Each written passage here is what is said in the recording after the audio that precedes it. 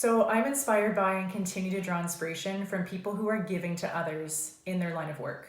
So frontline workers, service providers, first responders, these are the folks that inspired me to start this business, to help the helpers, support the supporters, and care for the caregivers. These are the people who are giving to everyone else in their day-to-day. And through working in that line of work myself, through learning from people who are on the front line, this is why I wanted to do the work that I want to do. And they continue to inspire me every single day. They're truly the driving force of change in our community. They are pointing out systemic issues, where we need to allocate resources, what needs are present in the community. And my goal is to support them, to give them the tangible resources to care for their mental health and their self-care within the work that they do. So they're who inspire me each and every day in my business. I try to always tune in and listen to the needs of the people I'm supporting so that I can best align my work to that individual, that team, or that organization. So being able to shift my approach in how I deliver mental health and self-care training has made a really big difference in how I'm able to support different teams across the region and beyond. It's also taken a lot of perseverance to talk about these topics, even though mental health is becoming more and more a topic that we're talking about with more ease. There's still a lot of advocacy and work to do to shift the conversation to the needs of people who are in support-based roles and the mental health and wellness of folks on the front line, people in service provision work, and who are supporting and giving to others. So that perseverance has been a big part of what I try and bring to this work over the past few years. The most memorable moments have been in workshops when participants are sharing their own lived experiences, their own ideas, their own aha moments that they have, and how that inspires everyone else in the room. So I really love being witness to that kind of community and connection when people are learning from each other. So when we're discussing how to make time for ourselves alongside a busy schedule, alongside your work that you're doing, alongside raising kids, when people are bringing up ideas and questions and just thinking things out loud, those are the moments that I remember the most and that are the most memorable to be a part of and to witness. And on a personal note, what's been the most memorable starting and working this business has been the support I've received from my family, my friends, and from my partner.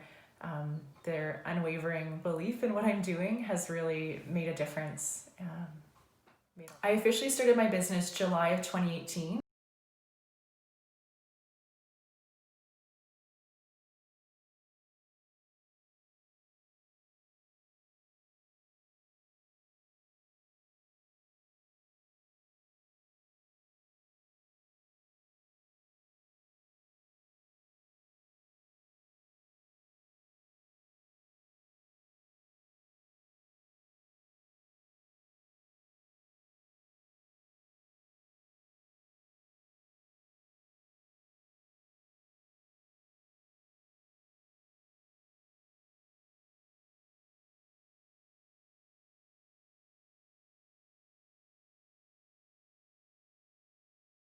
That one-time wellness support day into a continual attention to the mental health and needs of workers. Asking for help has been one of the most meaningful ways that I've been able to achieve my goals and support more organizations through my work. Whether that's been talking on a business idea with a friend, reaching out to a colleague, attending professional development work, that's made a huge difference to not think that I'm on my own in my goal to transform workplace mental health. And working through self-doubt and fear as a young woman navigating business is ongoing. And again, I'm grateful for mentors and friends who've been there.